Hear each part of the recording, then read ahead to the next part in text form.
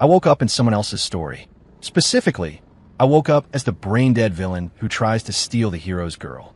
The story ends with the hero systematically destroying my family, my fortune, and leaving me to die penniless in some back alley. So to save my own skin, I decided to become the world's biggest suck-up.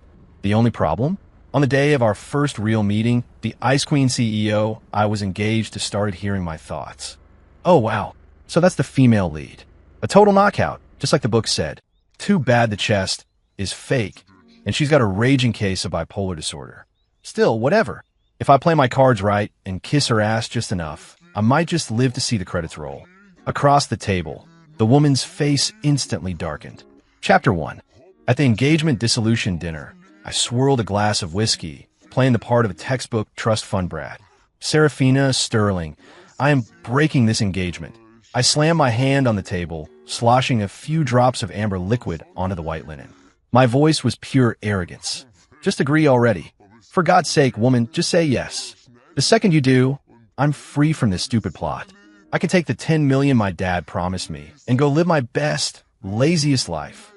3-star Michelin restaurants, here I come. Small batch Kentucky bourbon, here I come. A chiseled six-pack and a life of leisure, here I come. The woman sitting across from me, Serafina Sterling, was my fiancée in name only. She was also the story's Ice Queen CEO, the woman who held half the city's economy in the palm of her hand. She wore a custom-tailored white pantsuit, her long dark hair swept up to reveal a neck so elegant it could make a swan jealous. Her face was a sculpture of perfect angles, but it was a sculpture carved from Arctic ice. Her eyes held zero warmth. According to the original script, she was supposed to agree without a second thought. She'd even feel a surge of disgust at my audacity, setting the stage for the hero to easily turn her against me later. The gears in my head were spinning furiously. Once she nods, I'm a free man. No more being a pawn in this ridiculous love story. No more being the stepping stone for the main character's relationship. The world will be my oyster. Ethan Vance, will have a model on my left arm, a flight attendant on my right. Wait, no. I'm a respectable man. I'm going to hit the gym, drink green juice. I fought to suppress a manic grin, forcing my face into a mask of petulant entitlement. Serafina's brow twitched, an almost imperceptible movement. For the first time, a ripple disturbed the placid, frozen surface of her eyes. It wasn't disgust. It wasn't contempt. It was confusion. What are you looking at? Let's go. Say something. I screamed internally. Our parents sat on either side of the long table. My father's face was turning a shade of angry green. He looked like he wanted to strangle me right there. The Sterlings weren't thrilled either. The atmosphere was thick with a cringeworthy tension. Serafina, since Mr. Vance seems to have made up his mind, the Sterlings are not the kind of family to cling. Her father, a formidable man with a permanent scowl, finally said, offering a graceful exit. We're in. A wave of joy washed over me. I almost crushed my whiskey glass. Yes, sir, you are a gentleman and a scholar. I'll light a candle for you at church. Serafina raised a teacup to her lips, taking a delicate sip. Everyone expected her to accept her father's out. Instead, her cool voice, though quiet, cut through the tension and reached every ear. I do not agree to this. PFFFFFD. I sprayed a mouthful of whiskey across the table. What the hell? You don't agree? That's not in the script. Lady, did you get the wrong script? Aren't you supposed to be dying to kick my useless ass to the curb so you can go find your true love, that's secretly a billionaire hero guy? My head snapped up. I stared at her, trying to read anything, something from that stoic face. But it was the same mask of indifference. Only now the confusion in her eyes was deeper. She was staring back at me, as if trying to see right through me. And in that moment, a ridiculous thought popped into my head. There's no way. She can hear what I'm thinking, can she? Chapter 2. The absurd idea lasted for about a second before I shut it down. Impossible. Absolutely impossible. That wasn't a feature in the original story. Something must have gone wrong. Is this the butterfly effect from me being here? No. I have to make her break it off. My master plan for a life of doing absolutely nothing cannot fail now. I clear my throat, deciding to up the asshole ante. Serafina, don't push it. You think I, Ethan Vance, actually want you? If it wasn't for this stupid family merger, I wouldn't even give you a second look." The words were brutal. My father's face went from angry green to a deep, apoplectic purple. "Yes, that's it. Hate me, despise me. Throw me out like yesterday's trash. A goddess like you deserves that hero, the one pretending to be some down-on-his-luck nobody. You two are a match made in heaven. A slob like me isn't worthy of you, seriously." I was pushing her away with my words while cheering for her and the hero in my head. Seraphina's fingers tightened around her teacup, her knuckles turning white. Her chest seemed to rise and fall just a little faster. Is she angry? Perfect. But when she spoke again, her voice was still level, though it now carried an unmistakable hint of command. "We will not be calling off the engagement. Not yet." She paused, then added, "Give me 3 months. If you still feel the same way in 3 months, I'll agree." 3 months? The hero is supposed to show up in 3 months. By then it'll be too late for me to escape. I panicked. I was well and truly panicked. "No, we in it now." "Ethan," my father roared, "you will shut your mouth. If Seraphina says 3 months, then it's 3 months." The gavel had fallen. I went completely numb, slumping back in my chair, all hope draining from me. It's over. I'm toast. Phase 1 of my retirement plan is a catastrophic failure. What is this woman thinking? Could she be in love with me? Oh God, no. Please no. I'm just a side character trying to survive. As my mind wailed in despair, I thought I saw the corner of Seraphina's mouth. Twitch? Was I imagining it? Did a crack just appear on that perfect glacial facade? The dinner ended on that sour note. My father practically dragged me out of the Sterling mansion. In the car, his yelling nearly shattered the windows. "You ungrateful brat. A girl like Seraphina is 1 in a million. And you want to call it off? What in God's name is going on in that head of yours? Just trying to save your precious son and the entire Vance family fortune, Dad." I leaned against the window, watching the city lights blur past, my heart a pit of despair. Meanwhile, in the Sterling's car, Seraphina's father had a grim expression. "Sarah, what are you thinking? That Vance boy is a lost cause." Seraphina didn't answer. She just stared out the window, her mind replaying those bizarre, irreverent, and strangely amusing thoughts. The chest is fake. A faint blush crept up her cheeks. A raging case of bipolar disorder. Her expression dimmed instantly. How? How could he possibly know that? It was a secret she kept from everyone, even her parents. They just thought she had a reserved personality. If I kiss her ass just enough, I might just live to see the credits roll. An involuntary smile tugged at her lips. This Ethan Vance. He didn't seem anything like the useless playboy everyone said he was. Chapter 3. The engagement was on, and my father put me under house arrest. But that wasn't going to stop me. I was destined to be the king of chilling, and a locked door wasn't part of the plan. The next morning, I climbed out my second-story window and headed straight for a high-end gym I'd already scoped out. Health is wealth, after all. If you want to live the good life, you need a body that can handle it. The burn of a good workout felt amazing. Once I get this six-pack and that V-cut thing going. Hey. I was flexing in the mirror, admiring the early progress on my biceps, when a commotion near the entrance caught my attention. I glanced over, and there she was, Seraphina Sterling, flanked by a squad of bodyguards in black suits, walking into the gym. She traded the power suit for a set of tight, black yoga pants and a matching top that showcased a figure so perfect it was almost offensive. Those long legs, that perky. Wait a minute, I thought it was fake. That does not look fake. Was my intel wrong? My mind raced. Seraphina walked directly towards me, every man in the gym practically snapping his neck to follow her with his eyes. But her gaze was locked on me. It was an assessing look, a probing look, mixed with something else I couldn't quite decipher. How did she find me? Is she tracking me? Oh crap, she didn't actually fall for me, did she? Lady, snap out of it. I'm the villain. Your knight in shining armor is over there somewhere. A jolt of fear shot through me. I grabbed a towel, wiped the sweat from my brow, and prepared to make a run for it. Ethan, her cool voice stopped me in my tracks. I froze, then slowly turned around, forcing a smile that felt more like a grimace. Hey, Ms. Sterling, fancy meeting you here. It's not a coincidence. I came to find you, she said. To find me? For what? To rekindle a flame that never existed? Please no. I hear you're into fitness. Her eyes scanned my physique with a detached curiosity. Yeah, right? A healthy body for a healthy nation. I babbled. I just want to live a long, comfortable life. Serafina ignored my nonsense. Her gaze fell to the towel in my hand, and then she said completely out of the blue, "That new green energy venture your company is backing? I saw the prospectus. It's a dead end. Get out of it fast." I froze. She was talking about the project that, in the original novel, was a massive money pit. It was the project that broke the Vance family's capital chain and was the main catalyst for our downfall. Of course I knew about it. Duh, you think I don't know that? I already had my number one guy, Chun, handle it. Not only did we dump our shares, we shorted the hell out of the main competitor. Then we used the profits to buy up a controlling interest in Polaris AI right before they launched their game-changing new product next month. After this move, my personal retirement fund will have doubled.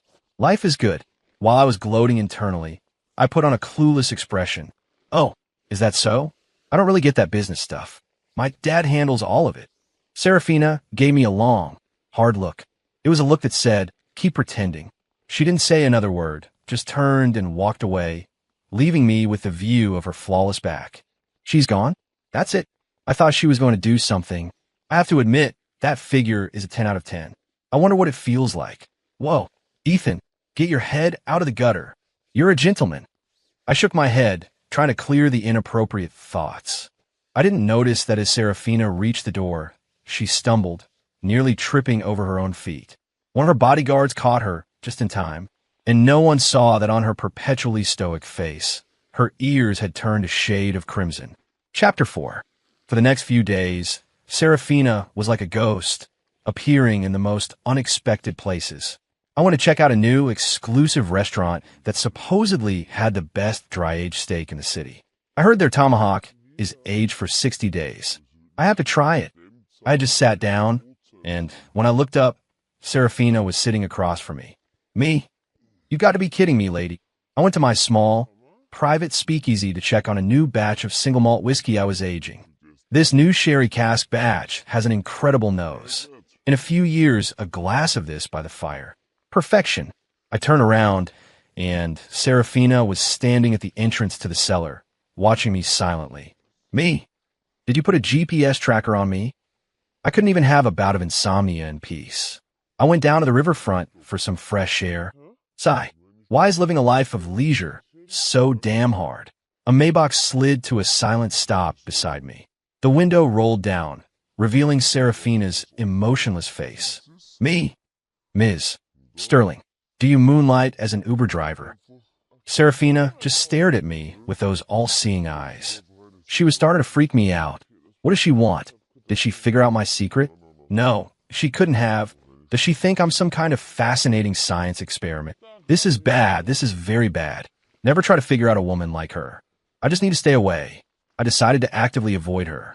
But the more I hid, the more she appeared. One day, I was in my office playing a video game when my right-hand man, Chun, knocked and entered. Chun was a legacy from my father's time. Unflinchingly loyal, brilliant, and the most important cog in my retirement plan. "Sir, it's done, just as you instructed," Chun said, pushing his glasses up his nose.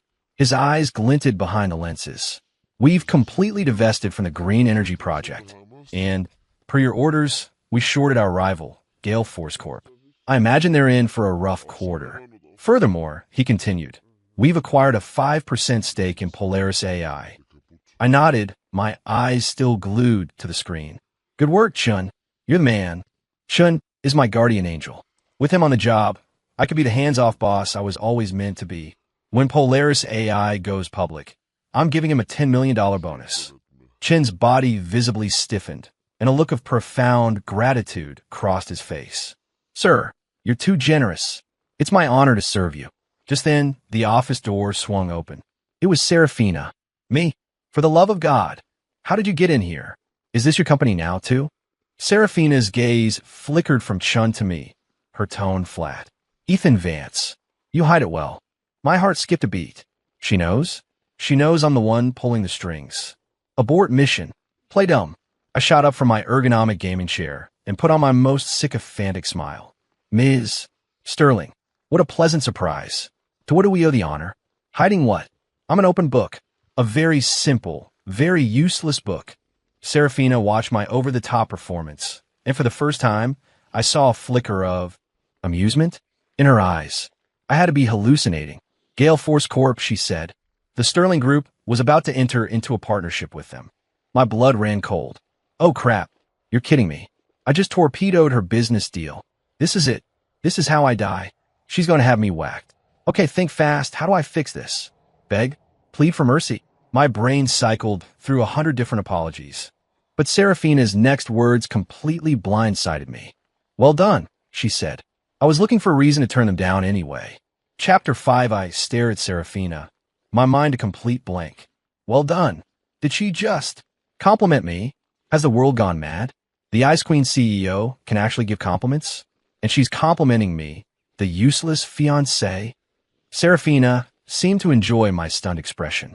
She walked over to my desk and casually picked up a file. It was Chen's deep dive analysis on Polaris AI. Polaris AI, she murmured, her fingertip tracing the name on the cover page. Good eye. Me. What was I supposed to say to that? I had no choice but to commit to the bit. Huh, Polaris? Like the North Star? You like stargazing too, Ms. Sterling? Chun was standing off to the side, trying so hard not to laugh that his face was turning purple. Serafina put the file down, her gaze returning to me. Ethan, stop pretending. You're far more capable than you let on. It's over. She knows for sure now.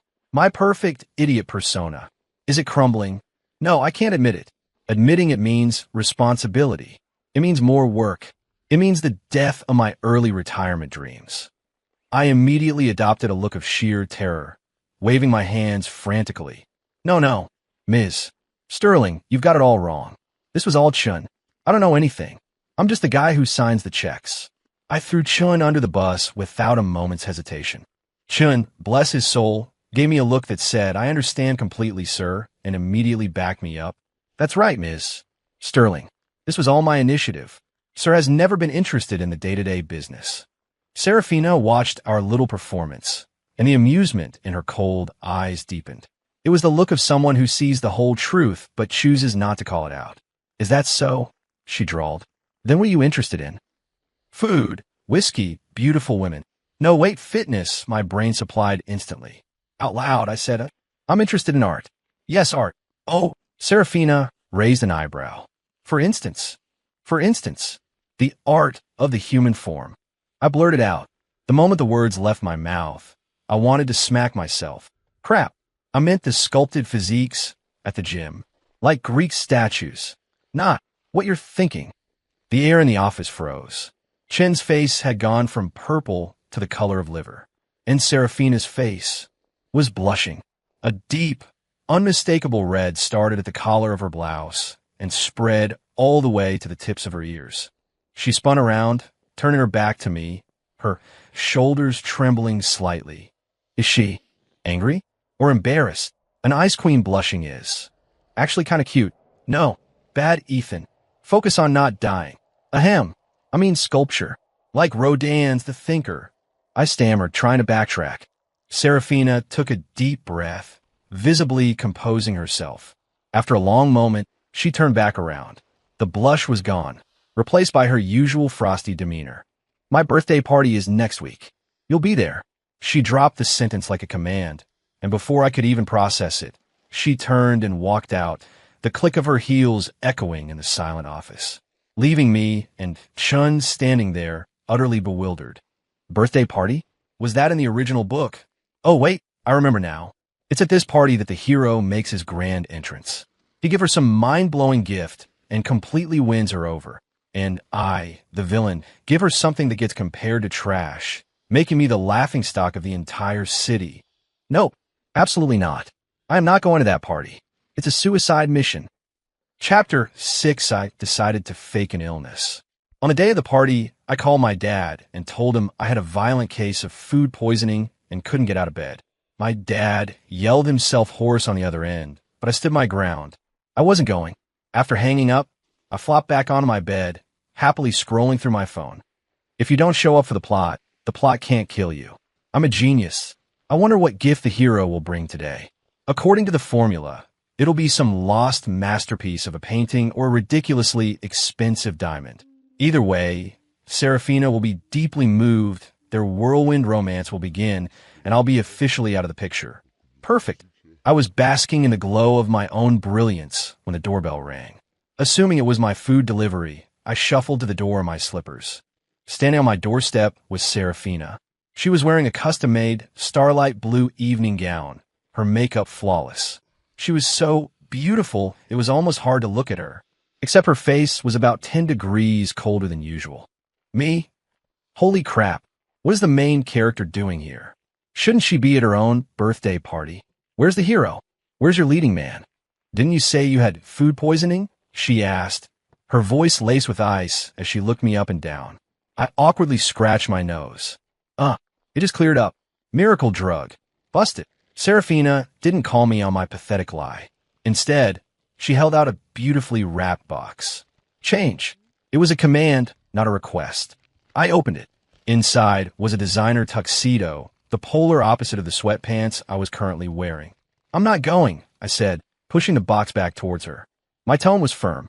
Going would be walking into my own public execution. No thanks. What are you afraid of? Serafina asked suddenly. I'm not afraid of anything. I'm afraid of dying, lady. Are you afraid of him? Him? Who? The hero? I'm not afraid of him. I'm afraid of the plot trying to kill me. Serafina's eyes suddenly sharpened. Ethan, what is it that you know? My heart jumped into my throat. What does she mean by that?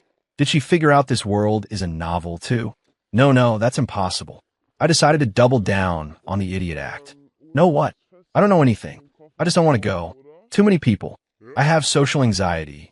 Serafina stared at me for a long time, as if trying to find a crack in my facade. Finally, she sighed, and her tone softened. If you don't go, I won't go either. And with that, she sat down on the steps of my porch, her priceless evening gown pooling around her on the concrete. I was completely dumbfounded. Lady, you're the main character. Everyone at the party is waiting for you. What are you doing at my house? The hero is waiting for you. Go back to him. Ms. Sterling, this isn't right. You should go back. They're all waiting for you, I pleaded. They're waiting for the CEO of Sterling Group, not for Serafina, she said, her head bowed. Her voice held a trace of exhaustion I'd never heard before. In that moment, something inside me shifted. Man, being a rich heiress can't be easy. Even her birthday feels like a business meeting. Fine. She looks so pathetic. I went back inside, grabbed a jacket from the closet, and came back out, draping it over her shoulders. It's cold out. Don't sit on the ground. Come on in, I said. She looked up, and in her cool, distant eyes, I could see my own reflection, shimmering like starlight. Chapter 7 in the end, I couldn't win. Or maybe, looking at her like that, I just didn't have the heart to. Fine, it's just a birthday party. What's the worst that could happen? I'll just hide in a corner and stuff my face with hors d'oeuvres. As long as I don't have a direct confrontation with the hero, I should be fine. I changed into the tuxedo she brought. I had to admit, it was a perfect fit. The clothes really do make the man. The guy staring back at me in the mirror looked halfway decent. When Serafina and I walked into the grand ballroom together, every head turned. The buzzing chatter died instantly. 100 pairs of eyes darted between us, filled with shock, confusion, and a healthy dose of envy. The collective gasp was almost audible when they noticed she was wearing my jacket over her gown. I could hear the whispers starting up. Isn't that the useless Vance kid? What's he doing here with Miss Sterling? Is that his jacket she's wearing? Am I seeing things? I thought they were breaking up. What is this? Yeah, what is this? I like to know too. I complained internally. Serafina, however, acted as if she couldn't hear a thing. With a face of perfect composure, she looped her arm through mine. My entire body went rigid. Whoa, what are you doing? Personal space. If you do this, people are going to get the wrong idea. They're going to think we're actually a couple. I could feel her arm tighten around mine. Her body heat, faint through the fabric of my suit, was cool to the touch, yet strangely comforting. I took a deep breath. Fine. If we're putting on a show, let's make it a good one. I straightened my back, let her cling to my arm, and plastered the standard issue evil smirk of a villain on my face.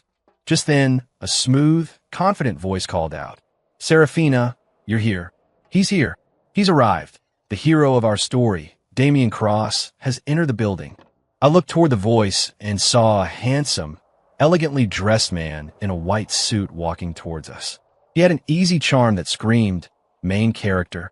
He was the hero of the book, a man who appeared to come from a modest background, but was secretly the head of some global clandestine organization called the Dragon Syndicate or something equally ridiculous. The leading man has arrived. My job is done. Serafina, your soulmate is here to pick you up. You can let go of me now. I tried to pull my arm free, but she held on even tighter. Damien's gaze fell to our linked arms, and a flicker of darkness crossed his eyes before being replaced by his practiced, warm smile. And you are? He asked, though he clearly already knew. My fiancé, Ethan Vance, Serafina said, her voice flat. But she enunciated the word fiancé with crystal clarity. Damien's smile faltered for a fraction of a second. Drama. I love it. This is better than reality TV. Of course, it has nothing to do with me. As long as you gods don't drag a mortal like me into your war, I'm happy. I just wanted to find a quiet corner and become one with the shrimp cocktails. Mr. Vance, a pleasure, Damien said, extending his hand. His smile dripped with a barely concealed condescension. I was about to shake it, but Serafina cut in before I could move. He doesn't like to shake hands with strangers. She shut him down for me. The air crackled with awkwardness. Damien's hand was left hanging in midair. He couldn't retract it without losing face. I saw the warmth in his eyes evaporate, replaced by a chilling cold. Well, that's it. I've made a mortal enemy. Serafina, what are you doing? Aren't you supposed to be ignoring me and fawning all over this guy? If you keep defending me like this, he's going to see me as his #1 rival. How am I supposed to survive until the final chapter now? I want to cry. Chapter 8, the main event of the evening, the presentation of gifts had finally begun. Guest after guest presented their lavish offerings. When it was Damien's turn, he produced an antique velvet box. The moment he opened it, the room seemed to sparkle. Inside was a massive diamond necklace, rumored to have once belonged to royalty. It was worth a fortune. Wow! A collective gasp went through the crowd. Here we go, the iconic scene. With a gift like that, who can compete? In the book, this is the moment Serafina is moved by his thoughtfulness and starts to see him in a new light. I crossed my arms, ready to watch the show unfold. Serafina merely glanced at it and said, "Thank you. It's very thoughtful." Her tone was as flat as when she'd received the tuxedo from me. Huh, that's not right. That's not how the script goes. Aren't you supposed to look touched? Aren't you supposed to think, wow, this man really gets me, and he's so powerful? A flash of surprise crossed Damien's face. He clearly hadn't expected such a muted reaction. Then, all eyes in the room turned to me. As the fiancé, my gift was now the undisputed center of attention. I could feel the weight of their expectant, mocking stares. I stood there, frozen. A gift? I didn't prepare a gift. I wasn't even supposed to be here. I'm screwed. This is going to be the most humiliating moment of my new life. If I had known this was going to happen, I would have stopped at a gas station and bought a snow globe. What do I do? Help me, Internet, I'm desperate. My mind was racing, trying to find a way out of this disaster. Serafina saw my predicament and suddenly spoke up. His gift was given to me earlier. The entire room buzzed. Huh, it was when I was just as confused as everyone else. Serafina raised her hand and gestured to the jacket draped over her shoulders. My jacket, and I love it, she said. Her voice wasn't loud, but it landed like a bombshell in the silent ballroom. Everyone was stunned into silence. Damien's face instantly turned thunderous. A priceless, historical diamond, upstaged by a common jacket. It was the ultimate humiliation. I looked at his murderous expression and felt my knees go weak. Lady, you're not helping. You're killing me. You're putting a giant target on my back. The hero definitely hates my guts now. I feel my expiration date moving up. I wanted to weep, but I had to stand there in front of everyone and look like, that's right, I'm that cool.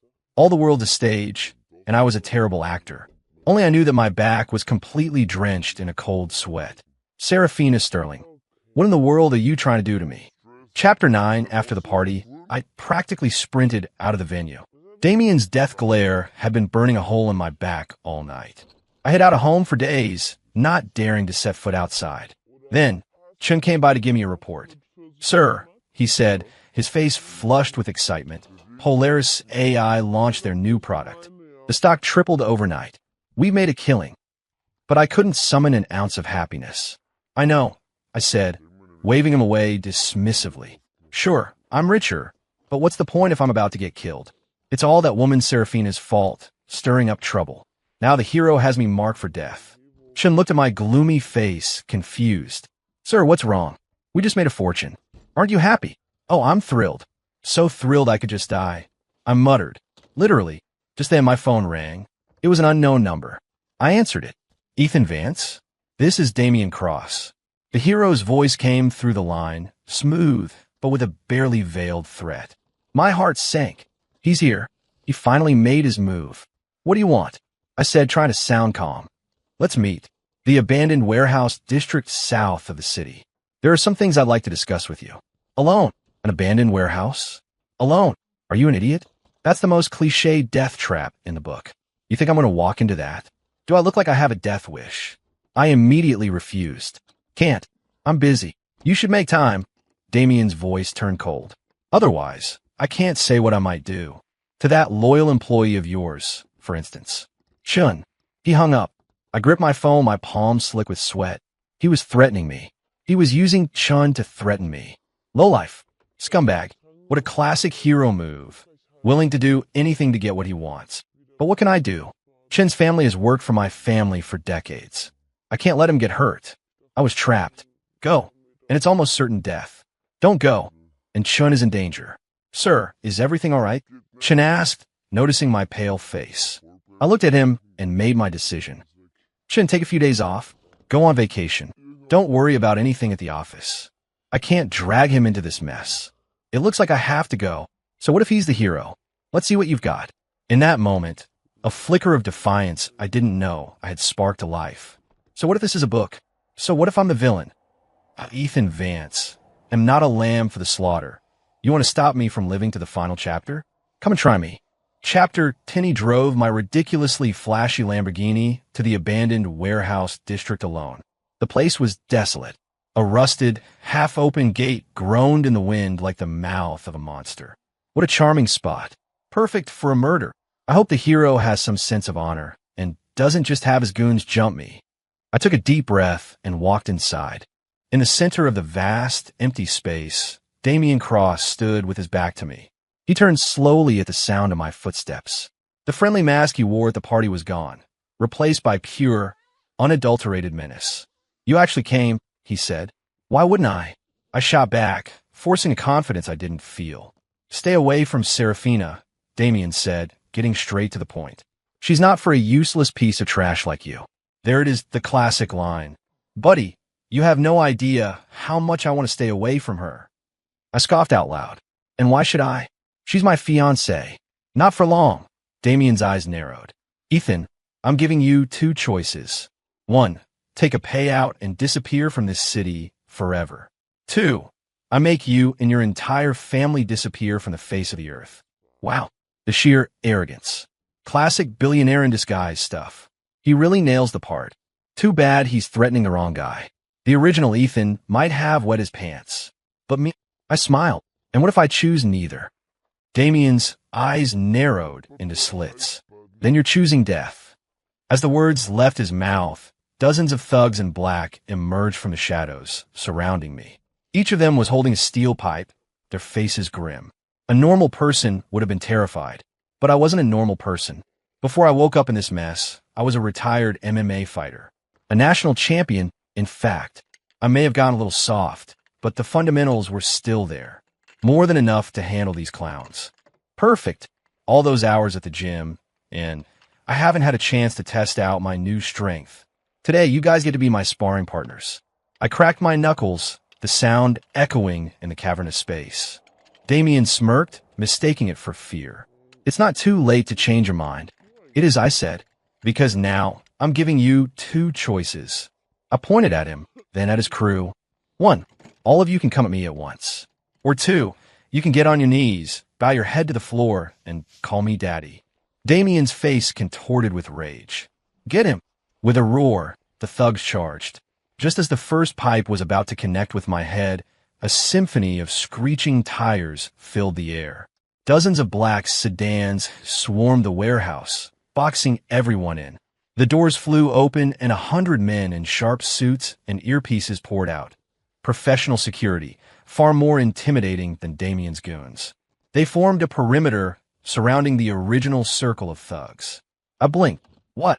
What is this? I didn't call for backup. A Rolls-Royce Phantom glided to a stop at the warehouse entrance. The back door opened, and Serafina Sterling stepped out. She was back in a crisp power suit, her heels clicking on the grimy concrete. She radiated an aura of absolute authority, like a queen surveying her domain. Her eyes swept over the scene and landed on me. Seeing that I was unharmed, the tension in her shoulders seemed to relax. Then she turned her gaze to the furious Damien Cross, and her voice was so cold it could have caused frostbite. "Did you ask my permission," she said, "before you decided to touch what's mine?" Chapter 11. The warehouse was dead silent. Damien's thugs looked like scared children in the face of Serafina's professional security team. Damien himself looked like he'd swallowed a wasp. He stared at Serafina, then at me, his eyes burning with humiliation and rage. "Serafina, you're choosing this. This nobody. Over me." Serafina walked to my side. She reached out and straightened my collar. A gesture so casual and proprietary, it was like a declaration of war. Ooh, the queen protecting her man. I could get used to this script. The look on a hero's face right now is priceless. I was secretly ecstatic, but on the outside, I put on a touched expression and looked at Serafina with what I hoped passed for adoration. "He is not a nobody," Serafina said, her voice quiet but firm. "He's my man." Whoa, my brain short-circuited. "Lady, you can't just say things like that. When did I become your man? We have a purely contractual, fake fiancé relationship." Hearing my internal monologue, Serafina's lips curved into the faintest of smiles. Her words were the final nail in Damien's coffin. "Fine, fine, fine." Damien spat, his eyes practically glowing with hatred. "Serafina Sterling. Ethan Vance. You'll regret this. I, Damien Cross, will repay today's humiliation 100 times over." He shot one last venomous glare our way, then stormed off with his crew, his tail between his legs. The crisis was over. I let out a long breath, feeling like I'd just dodged another bullet. "How did you know I was here?" I asked her. "How do you think, you idiot? I came to save you." That's what she was probably thinking. What she said was, "I was in the neighborhood." Me? Right. Your neighborhood just happens to be an abandoned industrial park, and you always travel with an army. Whatever. Don't try to understand the mind of a CEO. But I have to admit, she really saved my bacon today. For the first time, I looked at her and said, with genuine sincerity, "Thank you." Serafina's body went rigid for a second. She turned her head away, avoiding my eyes, but I could see her ears turning red again. "Don't mention it." She reached into her pocket and pulled out something small, pressing it into my hand. "What's this?" I opened my palm. It was a tiny device, shaped like a button. "A GPS tracker and a panic button," she explained. "Keep it with you at all times." Me? Great. So now I'm officially on a 24/7 leash. My dreams of a quiet life are completely dead. I looked at the tracker in my hand, then at the Ice Queen with a hidden soft spot standing in front of me. I felt a confusing mix of emotions. Was it possible that being managed by her wasn't so bad? No. I, Ethan Vance, will never surrender to the forces of corporate tyranny, unless she covers room and board. Chapter 12. After the warehouse incident, my relationship with Serafina changed. She stopped being a ghost who appeared out of nowhere and started being a constant, open presence in my life. In the mornings, her driver would pick me up to take me to work. The official reason was to cultivate our relationship. Cultivate my ass. You just want to keep an eye on me so I don't run away. At noon, her assistant would deliver a gourmet lunch from a 5-star restaurant. This tomahawk steak is perfect. Medium rare, just how I like it. This mushroom bisque is incredible, though maybe a touch too much salt. In the afternoons, she would come to my office personally to supervise my work, which really meant she would pull up a chair next to mine and watch me play video games. She never said anything when I played badly.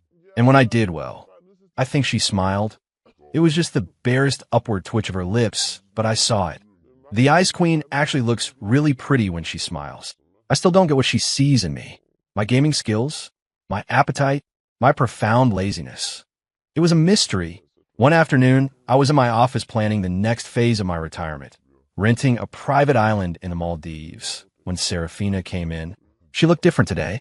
There was a weariness in her eyes, a shadow of irritation. What's wrong? Who pissed off the CEO? Oh, right, I remember now. Around this time in the book, a rival company teams up with some of Sterling Group's minority shareholders to stage a coup at the next board meeting. They want to force her out. She must be under a lot of pressure.